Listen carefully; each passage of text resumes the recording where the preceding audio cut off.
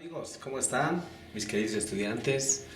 Bueno, a ver, ahora estamos viendo el tema de dinámica circular.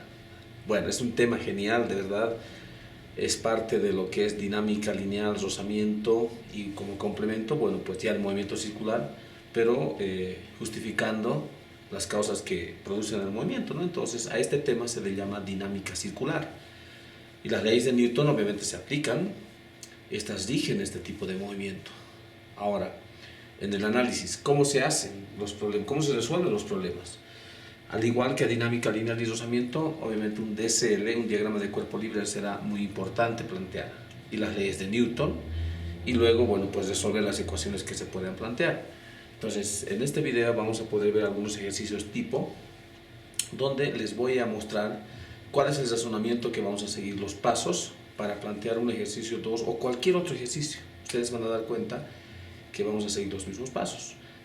¿Ya? Entonces, todo detalle que se vaya observando hay que analizarlo. Entonces, bienvenidos y comenzamos. Bueno, pues le vamos a llamar dinámica circular y veamos el primer ejemplo que vamos a resolver. A ver, dice así: un cuerpo de 250 gramos gira en un plano horizontal a la velocidad de 4 metros por segundo.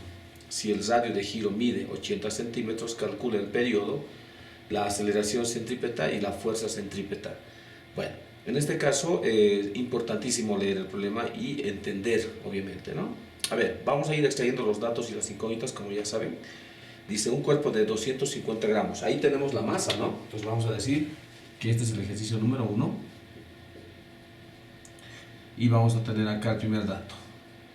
La masa, 250 gramos. A ver, ahí está. ¿Qué más podemos ver ahí? En un plano horizontal, dice, gira en un plano horizontal a una velocidad de 4 metros por segundo. 4 metros por segundo. Bueno, nosotros entendemos que la velocidad en el movimiento circular existen dos tipos, ¿no? La velocidad angular y la velocidad tangencial. La unidad que está mostrando acá, entonces, hace referencia a la tangencial. Entonces, nos está hablando de la velocidad tangencial. ¿Qué más? Punto seguido. Si el radio de giro mide 80 centímetros, entonces el radio de giro le vamos a llamar R mayúscula, 80 centímetros, algunos le llamarán R minúscula, no hay ningún problema, solo es una denominación. Calcula inciso A el periodo. Inciso A, calcule el periodo, vamos a llamar T mayúscula. Inciso B, calcule, dice, la aceleración centrípeta.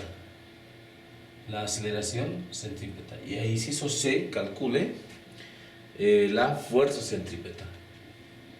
Bueno, estos conceptos ya lo habíamos hecho en teoría y bueno, obviamente sus ecuaciones los vamos a utilizar seguramente acá.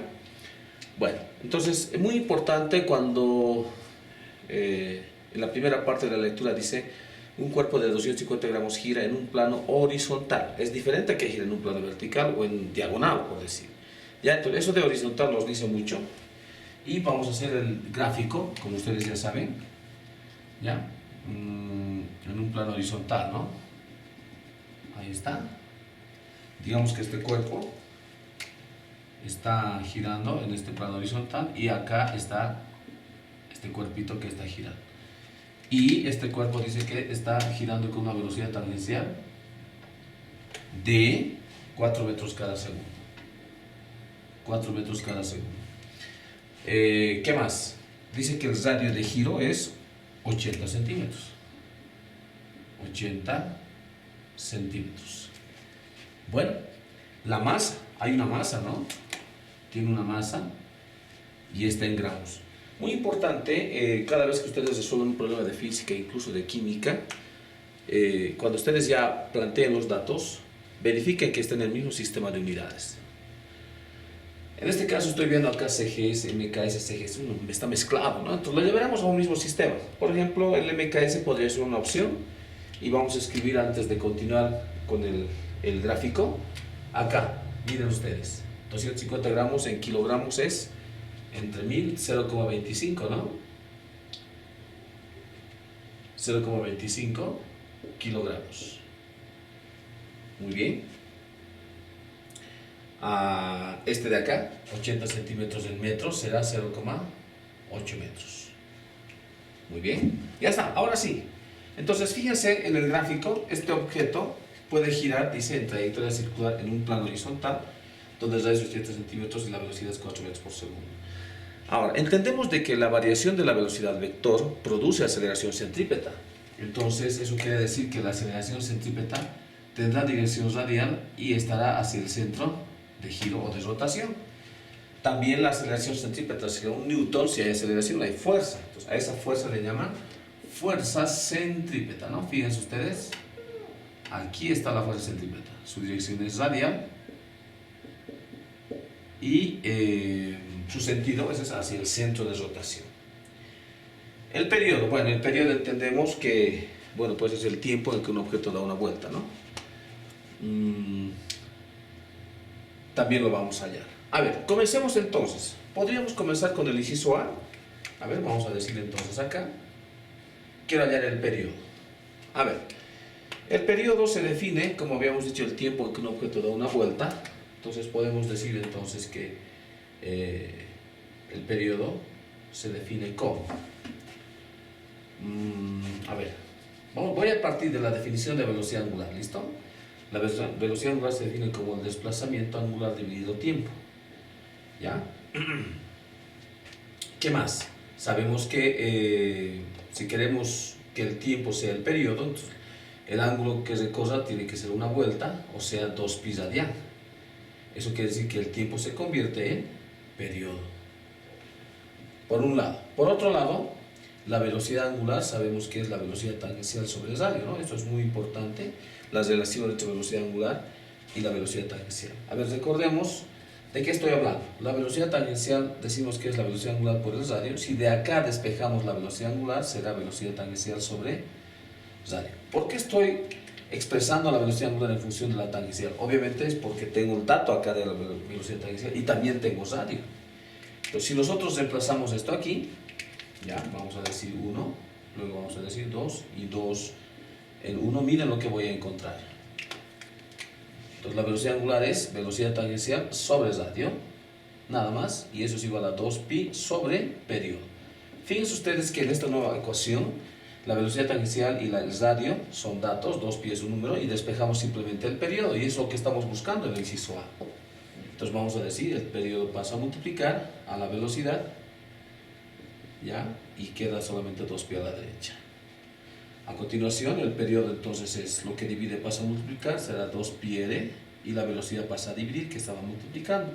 Reemplazamos los datos, entonces vamos a tener 2pi por radio, que es 0,8 metros, entre la velocidad, que es 4 metros por segundo. Entonces fíjense ustedes que acá las unidades, metro con metro, puedo simplificar, y por extremos y medios, si ustedes se fijan, el segundo pasa al numerador y el periodo me va a dar en segundos. Obviamente el periodo es un tiempo, ¿no? Entonces lo único que hacemos ahora es calcular, o sea, con la calculadora, a ver, y vamos a tener 2 por pi por 0,8 dividido 4, y la respuesta es 1,26 segundos. ¿Cómo leemos este resultado? ¿Cómo leemos este resultado? Quiere decir que en 1,26 segundos este objeto da una vuelta. Eso quiere decir, ¿no? Ahora miren ustedes cómo hacemos el inciso B. Por definición nosotros sabemos que la aceleración centrípeta se define como, en función de la velocidad tangencial, como velocidad tangencial al cuadrado dividido radio. Claro que sí, nosotros tenemos estas variables, ¿no? Ambos, velocidad tangencial y el radio, aquí está. Por eso era bien importante plantear los datos, como les había dicho al principio, ¿no? La velocidad tangencial es 4 metros por segundo al cuadrado y el radio es 0,8 metros. Fíjense ustedes que este metro se simplifica con un metro de acá y me va a quedar, aquí es metro cuadrado sobre segundo cuadrado. A ver, ¿saben? Mejor hagamos el desarrollo para que ustedes se den cuenta más adelante de qué estoy hablando. Vamos a separar obviamente el exponente, 4 al cuadrado, metro cuadrado sobre segundo cuadrado, entre 0,8. Ahora sí. Entonces, acá este metro se va con 1 de acá, y lo que les decía, ¿no? La aceleración centrípeta quedará en metros sobre segundo cuadrado. Ahí está. Y esta es la unidad que corresponde a la aceleración centrípeta. ¿Cuánto da el resultado de esto? 4 al cuadrado es 16, dividimos entre 0.8 y el resultado es 20. Miren ustedes, esta es la aceleración centrípeta de este cuerpo, ¿no? Ahora, el inciso C me está diciendo cuánto vale la fuerza centrípeta, ¿no? Entonces, nosotros sabemos que por definición la fuerza centrípeta es equivalente a la masa por la aceleración centrípeta. Ahora, la masa conocemos, claro que sí, está acá, y la aceleración centrípeta acabamos de hallar, o sea, conocemos estos dos datos. Solo nos queda reemplazar los datos. La masa es 0,25 kilogramos, la aceleración centrípeta es 20 metros sobre segundo al cuadrado. Entonces, agarramos una calculadora y kilogramos metros sobre segundo cuadrado es newton, ¿no? Entonces, decimos que hemos llegado a la respuesta final de la fuerza centrípeta. A ver, veamos. ¿Cuánto es 0,25 por 20? ¿No? Entonces, la respuesta es 5, ¿no? Esta es la fuerza centrípeta, el cual se ejerce sobre el cuerpo cuando está girando en un radio de 80 centímetros. ¿Qué tal, chicos? Interesante el ejercicio. Obviamente sí es un poquito largo ya que tiene 3 preguntas, ¿no? Bueno, esta es la forma de plantear un problema, incluso de cualquier otro tema, donde la lectura tiene que ser realmente muy comprensiva y de ahí sacar los datos y las incógnitas. Luego verificar que las unidades estén en el mismo sistema. El siguiente paso será dibujar, ¿no? Dibujar, y en el dibujo hacer notar las variables, las incógnitas, etc. Y si hay fuerzas que actúan, hacer notar las fuerzas también, dibujar las fuerzas. Y si hay más de una fuerza, de pronto es necesario también hacer un diagrama de cuerpo libre, lo cual acá no era necesario, ¿no? Ya que es solo una fuerza, que es la fuerza centrípeta. Aunque el peso, claro que está actuando, pero el peso ustedes verán que no interactúa con otro, ya que está en el eje perpendicular a la fuerza centrípeta. Entonces no le tomamos en cuenta en esta parte. Bueno, el inciso A se resolvió simplemente por conocimiento del movimiento circular, ya que me estaba pidiendo el periodo. Y el inciso B y el inciso C prácticamente sería dinámica circular. Bien, muchachos, ese sería el primer ejercicio, tal vez el más sencillo. A ver, continuamos. ¿Qué les parece el ejemplo número 2? ¿Qué les parece el ejemplo número 2? A ver, vamos. El ejemplo número 2 tiene una característica muy interesante también, donde se puede plantear muy similar en el razonamiento a este ejercicio, ¿no? A ver, vamos a ver entonces de qué estoy hablando. A ver, este es el ejemplo número 2. Atención, el ejemplo número 2 dice lo siguiente. Una esfera sumamente pequeña está atada a una cuerda, dice. Una esfera sumamente pequeña está atada a una cuerda de 50 centímetros y gira en el cono. Punto seguido, hallar la rapidez de rotación, o sea, la velocidad angular, ¿no? Que haga, dice, que la esfera se separe del cono. Bueno, en este ejercicio hay un dibujo de apoyo, ¿no? Como ustedes pueden ver, una esfera sumamente pequeña, dice. Ya está atada a una cuerda de 50 centímetros. Podemos poner como primer dato la cuerda tiene longitud 50 centímetros. Luego podemos decir que gira en un cono, dice, con una rapidez de rotación. No, bueno, hallar la rapidez de rotación. Hallar la velocidad angular, me está preguntando. De tal forma que el cono se separe de la superficie. Eso dice, ¿no? Que haga que la esfera se separe del cono. Chicos, ¿se acuerdan ustedes de la reacción normal? Esta reacción normal dependía del contacto entre el cuerpo y la superficie. Pero acá al decir que se separe, entonces nos está diciendo que la normal es, ¿cuánto? 0, ¿verdad? O sea, en ese instante cuando se separe, me está pidiendo cuánto es la velocidad angular. Bueno, el dibujo de apoyo que podemos ver es un cono, ¿no? Es un cono, donde en la parte superior, ¿ya? De la parte superior, más bien dicho, un hilo está sujetado ahí y en su otro extremo hay una esferita.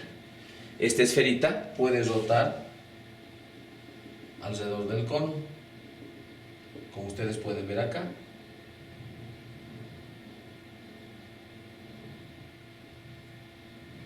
Muy bien. Dice que en la figura estamos viendo un ángulo de 30 grados de la vertical. Acá.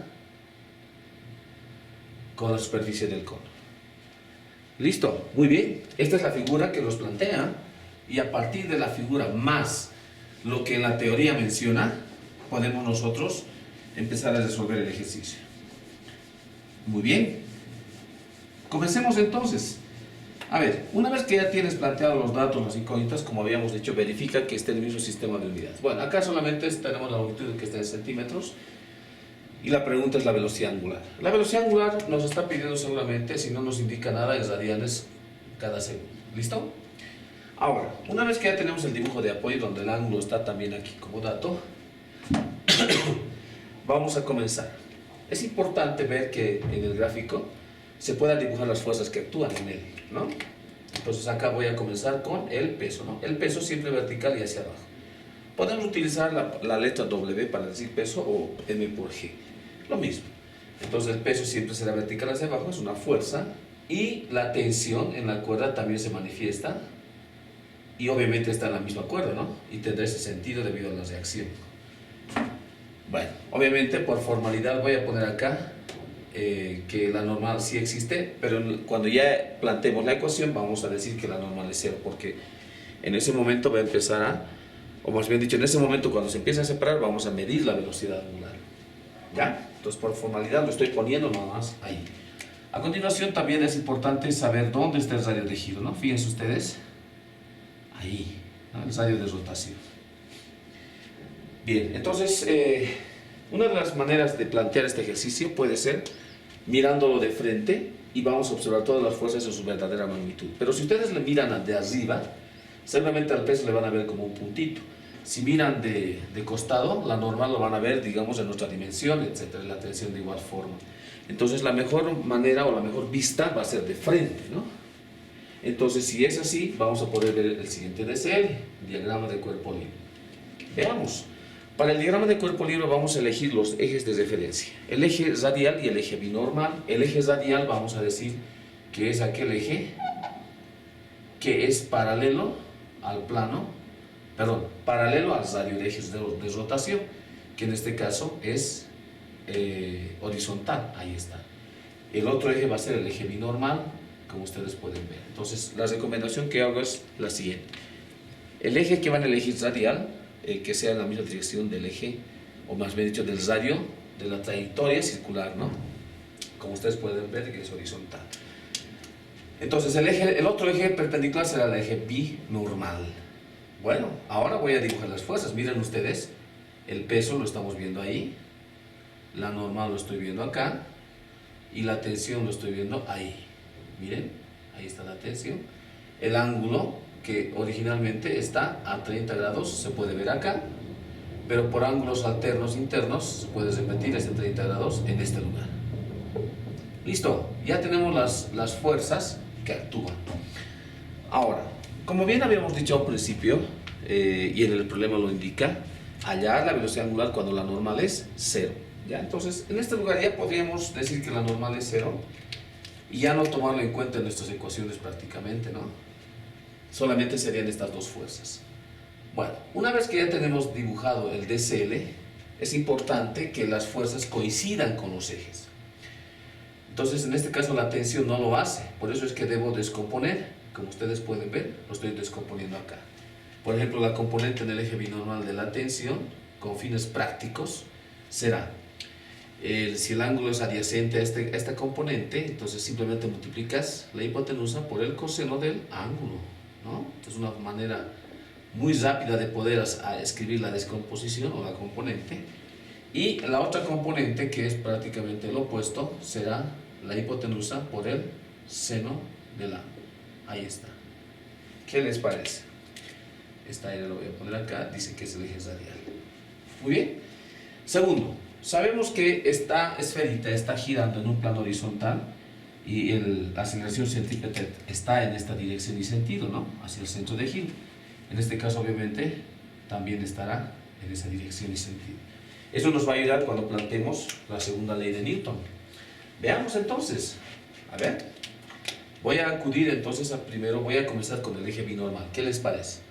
Voy a decir suma de fuerzas en el eje binormal es igual a... Bueno, aquí viene el criterio que utilizamos, ¿no? ¿Qué ley aplicamos de Newton? La primera, la segunda, vamos. Fíjense ustedes que está girando en el plano horizontal y no así en el plano o en la dirección vertical. Entonces, como no hay movimiento, decimos que es cero y esa es la primera ley de Newton. Entonces, aplicamos la sumatoria, ¿no? Entonces, acá vamos a decir la fuerza que está hacia arriba positiva y la que está hacia abajo negativa. T coseno de 30 grados menos el peso es igual a cero. Fíjense ustedes, solamente hay dos fuerzas. Habíamos dicho que esta no existe, ¿verdad? Ahora, de acá podemos hallar la tensión. ¿La tensión será importante? Claro que sí. A ver, lo despejaremos y vamos a decir que mg pasa a sumar y coseno de 30 que multiplica pasa a dividir. Atención, miren ustedes. Es más, podemos hallar ya de una. Ah, no, no podemos hallar todavía el valor numérico. La masa no tenemos. Lo voy a dejar así, como lo están viendo, como ecuación número 1. ¿Listo? Ahora voy a ir al otro eje. Voy a decir suma de fuerzas en el eje radial. Bueno, acá como ustedes pueden ver, en este eje hay aceleración centrípeta. Entonces vamos a usar la segunda ley de Newton. Masa por aceleración centrípeta. ¿Cuántas fuerzas vemos en el eje radial? La única fuerza que existe es esta de acá, T seno de 30. Entonces, y además está en el mismo sentido de la aceleración y decimos que es positiva. Entonces vamos a decir que la sumatoria de fuerzas en el eje radial es T seno de 30 y nada más. Listo. En el otro lado diremos masa por aceleración centrípeta. Bueno, recordemos la definición de aceleración centrípeta en función de la velocidad angular, ya que eso me está pidiendo. La aceleración centrípeta se define como la velocidad angular al cuadrado por el radio de giro, ¿no? Ahora, miren esta ecuación, chicos. De acá, el radio de giro es conocido, claro que sí. No conocemos, pero podemos calcular gracias a este triangulito, ¿ya? Entonces vamos a decir que vamos a poder calcular. La masa no conocemos, pero si reemplazamos esta T por esta T, la masa va a poder simplificarse, ¿ya? Entonces, ¿qué les parece si antes de hacer este análisis, qué tal si ahora más bien dicho, voy a reemplazar, le voy a llamar ecuación 2, la tensión en esta tensión, ¿ya? Luego vamos a hacer ese análisis que estaba haciendo. Bueno, acá vamos a decir entonces 1 en 2. ¿Cuánto vale la tensión? Vamos, mg sobre coseno de 30. Muy bien. Por el seno de 30. ¿No? Este de acá. Y eso es igual a masa por la velocidad angular al cuadrado por el radio. Ahora, fíjense ustedes qué ocurre con la masa. Miren, puedo simplificar. Y también puedo decir que seno de 30 sobre coseno de 30 es tangente de 30, ¿no? Entonces ya tenemos esta identidad, ¿no? Seno sobre coseno, tangente. Acá tengo omega cuadrado por el radio. Ahora sí puedo hacer ese análisis que estaba diciendo, donde el radio puedo hallar, ahorita lo vamos a calcular. El tangente de 30 es un número, la verdad es un dato que nosotros podemos asumir directamente. 9,8 metros sobre segundo al cuadrado. No es necesario que nos den en el ejercicio, nosotros podemos tomar en cuenta ese valor. O sea, prácticamente ya estaría resuelto el ejercicio, de tal forma que solo quedaría despejar velocidad angular, ¿no? Esta le pasa a dividir. Ahí. Muy bien. Y me queda velocidad angular al cuadrado. Este cuadrado puede pasar como raíz y decimos que la velocidad angular ha sido despejada. Bueno, solo quedaría reemplazar datos, pero no tenemos el radio. ¿Cómo calculamos el radio? A ver, aquí puedo decir cálculo de R. ¿Qué les parece? ¿Cómo voy a calcular esta R? Bueno, recuerden que la longitud de esta cuerda es L, ¿no? Entonces acá tengo un triángulo rectángulo prácticamente, donde el radio es el cateto opuesto y L es la hipotenusa. Y aquí tengo el ángulo. Entonces puedo usar la función seno y decir seno de 30 es igual a cateto opuesto, que es R, sobre hipotenusa, que es L. ¿Ya? Cuidado, estáis resolviendo el triángulo a nivel de longitudes. Aquí no están participando las fuerzas por si acaso. Solo longitudes, L, R y ángulo. Así, ¿ya?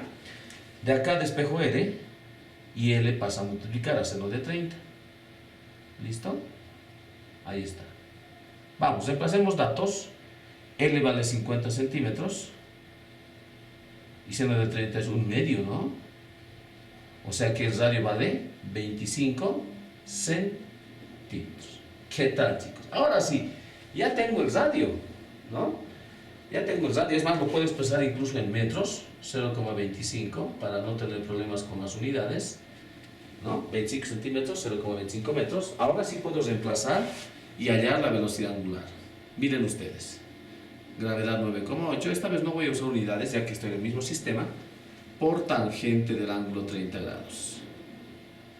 Todo eso dividimos entre el radio, que es 0,25. Muy importante, chicos, esto. Metros sobre segundo cuadrado.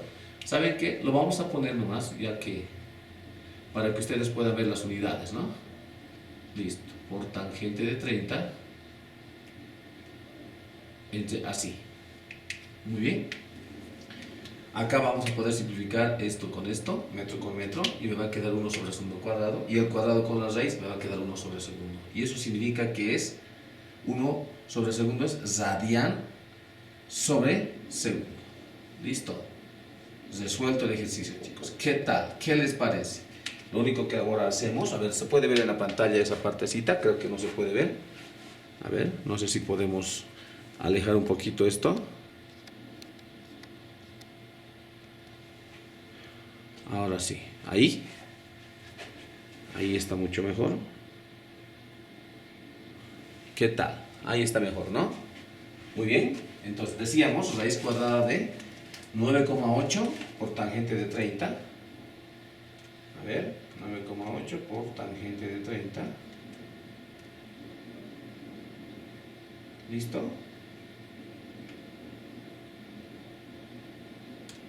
A ver, pues raíz cuadrada de 9,8 por tangente de 30. ¿Listo? Abajo decimos 0,25. 4,76 la respuesta. 4,76 radianes sobre segundo. ¿Qué tal, chicos? Interesante el ejercicio, ¿no?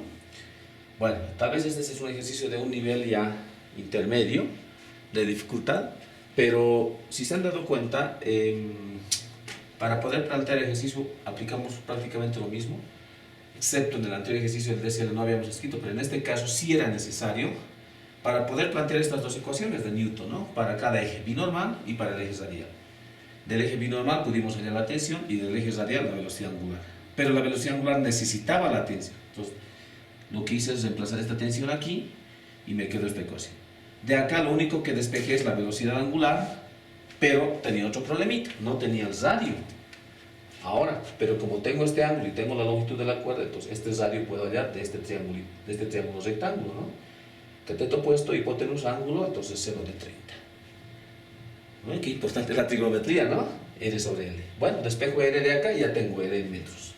Reemplazo esa R que necesitaba. ¿Listo? Se acabó el ejercicio. Bueno, chicos, muchas gracias. Por ahora eso es todo. Vamos a hacer un segundo video donde vamos a ver otros problemas más de dinámica circular. Y la verdad, espero que hayan podido comprender y les ayude mucho en la resolución de sus prácticas. Un saludo a todos. Chao, chicos.